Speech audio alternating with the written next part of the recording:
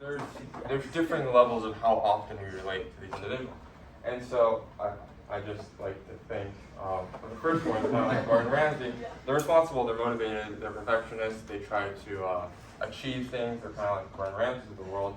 The middleborns are just the peacemakers, they feel a little left out, but you know, they kind of, he's not the best peacemaker, but he does feel a little left out and he does adapt and can be a little bit rebellious, right? Now we got the lastborns, they're kind of like Curious George, they're uncomplicated, manipulative, they're fun, right?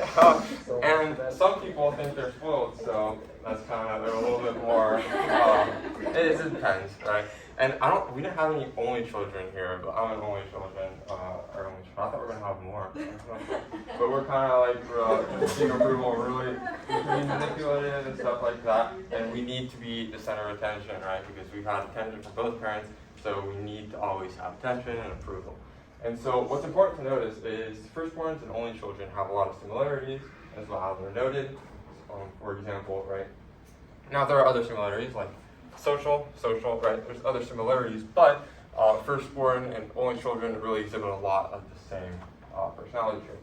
Now, every 5 years, we tend to go back to the first child kind of orientation. So, were there any individuals here who weren't firstborn, but were born 5 years after a sibling, their most previous? Okay, yeah. So, were you? Yeah. 5 years after. Okay. Do you relate a little bit more kind of to like the firstborns, or no, not at all? That's great. Okay. So that's perfect because that's what Adler said. He said that every 5 years we pretty much turn into the first child, right? Because maybe like our parents have kind of moved on past our other children. I don't want to say they moved past our other children, but you know. And also, another real quick reason, right?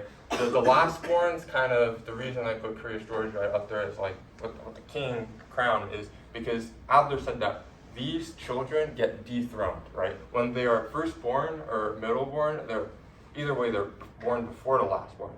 And they kind of have this, they have their moment in the spotlight, and then when the new child gets born, they kind of lose their spotlight, they lose their throne, and they get dethroned is what he called it. So ultimately the lastborn doesn't have to go through that, and so that's why they get like the kind of like I'm spoiled kind of like stereotype, and all the firstborns and the middleborns are kind of like, hey, like they look at the lastborns and they're like, you get all the fun, you know, toys and parents treat you well. It's because they've been dethroned, and that might be a part of it.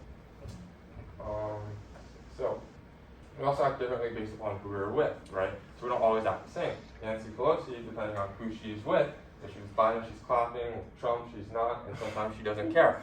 And so it depends on who you're interacting with, right? You probably act differently towards Professor Benda than you would with your friends versus a younger brother or sister. And so these traits, although we kind of identify with certain traits, they're not always the same.